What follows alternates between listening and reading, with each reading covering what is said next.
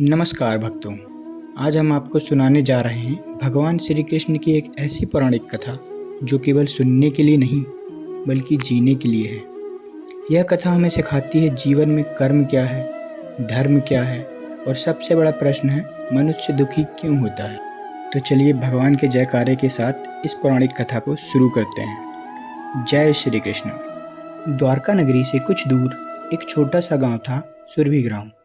वहाँ रहता था एक साधारण किसान, नाम था धनु। धनु ईमानदार था, मेहनती था, फिर भी उसका जीवन दुखों से भरा था।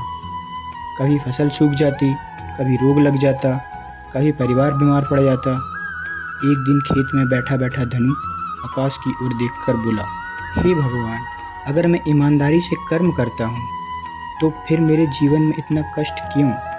उस दिन धनु ने निर्णय लिया, मैं स्वयं भगवान कृष्ण से उत्तर पूछूंगा। कई दिनों की यात्रा के बाद धनु द्वारका पहुंचा।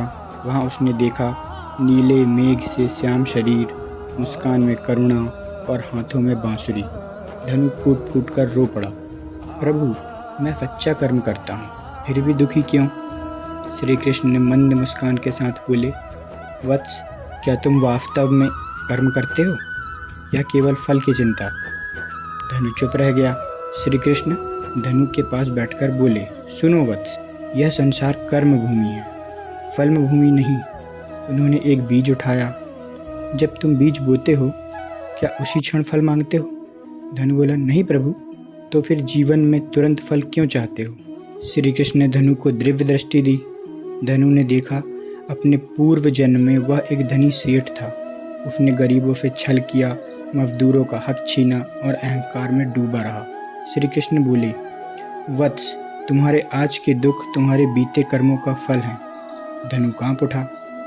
धनु बोला, तो प्रभु, अगर सब कुछ पूर्व कर्म का फल है तो आज अच्छे कर्म करने का क्या लाभ। श्री कृष्ण की आंखों में करुणा छलक आई। वत्स, आज के कर्म तुम्हारा भविष्य बदलते हैं और तुम्हारे मन को शुद्ध करते हैं। कर्म दुख मिटाने के लिए नहीं, आत्मा को मुक्त करने के लिए है। श्री कृष्ण बोले, धर्म का अर्थ है पूजा नहीं, व्रत नहीं।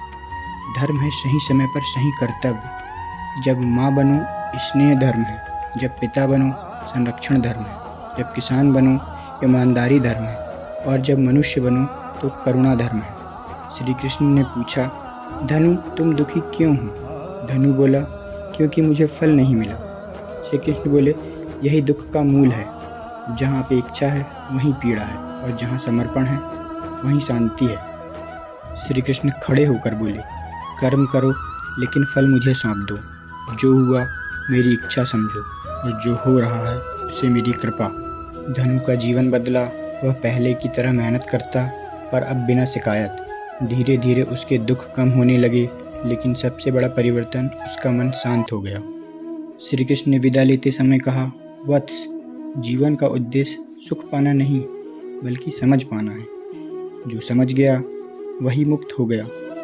भक्तों, यह कथा हमें सिखाती है कि हर दुख का कारण कर्म है और हर कर्म का समाधान समर्पण है और हर जीवन का लक्ष्य मोक्ष है।